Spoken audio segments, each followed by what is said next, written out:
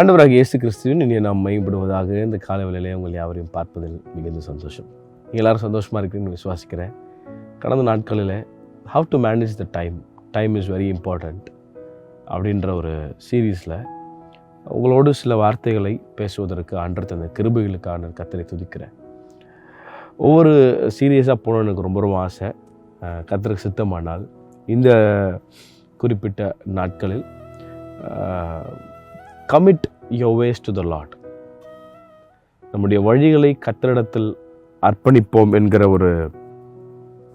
ஒரு தலைப்பின் கீழே சில வார்த்தைகளை சொல்ல நான் ஆசைப்படுகிறேன்.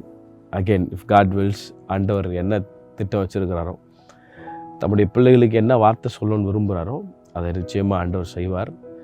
தொடர்ந்து இந்த இஎம்ஜே சீரீஸில் பங்கு கொள்ளுங்க. இந்த ஆண்டவரை அறியாத அநேக உங்கள் நண்பர்களுக்கு, உறவினர்களுக்கு இதை பகிர்ந்து கொள்ளுங்கள். சில இடத்துல நம்மளால் சுவிசேஷத்தை சொல்ல முடியாத சில காரணங்கள் இருக்கும். அந்த மாதிரி டைமில் we can send them forward. அவங்களும் ஆண்டவருடைய வார்த்தையை கேட்பதற்கு அது நிச்சயம் பிரயோஜனமாக இருக்கும். இன்றைக்கி ப்ராவர்ப்ஸ் 16ஆம் அதிகாரம் 1ஆம் வசனத்திலிருந்து 3ஆம் வசனம் வரைக்கும் உங்களுக்கு நான் வாசிக்கிறேன். மனதின் யோசனைகள் மனுஷனுடையது, நாவின் பிரதியுத்தரம் கர்த்தரால் வரும். மனுஷனுடைய வழிகளெல்லாம் அவன் பார்வைக்கு சுத்தமானவைகள், கர்த்தரோ ஆவிகளை நிறுத்தி பார்க்கிறார். உன் செய்கைகளை கர்த்தருக்கு ஒப்புவி, அப்போது உன் யோசனைகள் உறுதிப்படும். Commit your ways to the Lord, commit your plans to the Lord. எத்தனை பேருக்கு நமக்கு இன்றைக்கி இந்த பழக்கம் இருக்குங்க? நம்ம நிறைய பிளான் பண்ணுறோம்ல. இன்றைக்கி பாருங்கள், டெக்னாலஜிலாம் வளர்ந்துருச்சுல. மனுஷனுடைய அறிவியல் வளர்ச்சி எங்கேயோ உச்சக்கட்டத்தில் போயிட்டுருக்கு. ஆனால் ஆண்டவர் என்ன சொல்கிறாருன்னா, commit your ways to the Lord. உன்னுடைய பிளான்ஸ், உன்னுடைய கோலு, உன்னுடைய டிசைர்ஸ் எல்லாத்தையும் என்னிடத்தில் அர்ப்பணி. நீ உன்னுடைய பிளான்ஸ் நிறையா இருக்கலாம். மனுஷனுடைய வழிகள் எல்லாம் அவன் பார்வைக்கு செம்மையானவைகள் தான், சுத்தமானவைகள். ஆனால் அதை எஸ்டாப்ளிஷ் பண்ணுறது, அதை சக்ஸஸ்குள்ளே கொண்டு வர்றது நான் தான் என்றதை நீ மறந்துடாத என்ற ஆண்டவர் சொல்கிறார். இந்த காலவெளியிலே அன்பு தேவ பிள்ளையே, இன்றைக்கி ஏன் நம்ம நிறைய டிசைர் பண்ணுறோம், நிறைய பிளான் பண்ணுறோம், நிறைய திட்டங்கள் ஏன் இன்றைக்கி தடைபடுது, ஏன் இன்றைக்கி சரியாக நடக்க மாட்டேங்குதுன்னா, we need to check ourselves. ஆண்டவர் சொல்கிறாரு, commit your ways to the Lord. உன் வழிகளை கர்த்தருக்கு ஒப்புவி, அவர் உன் பாதைகளை உறுதிப்படுத்துவார், சபையாக்குவார். உன் செய்கைகளை கர்த்தருக்கு ஒப்புவி, அப்போது உன் யோசனைகள் உறுதிப்படும். ஆகவே இந்த காலவெளியில் இன்றைக்கி உங்களை என்கரேஜ் ஆவியானவர் பண்ணுறாரு. நிறைய பிளான் பண்ணலாம், டிசைர்ஸ் இருக்கலாம், கோல்ஸ் செட் பண்ணலாம்.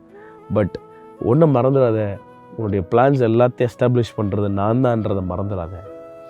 என்னால் எல்லாம் முடியும், என் திறமை, என் ஸ்கில்ஸ், என் டேலண்ட்டு நான் பார்த்துருவேன் அப்படின்ற ஒரு மைண்ட் செட் இல்லை.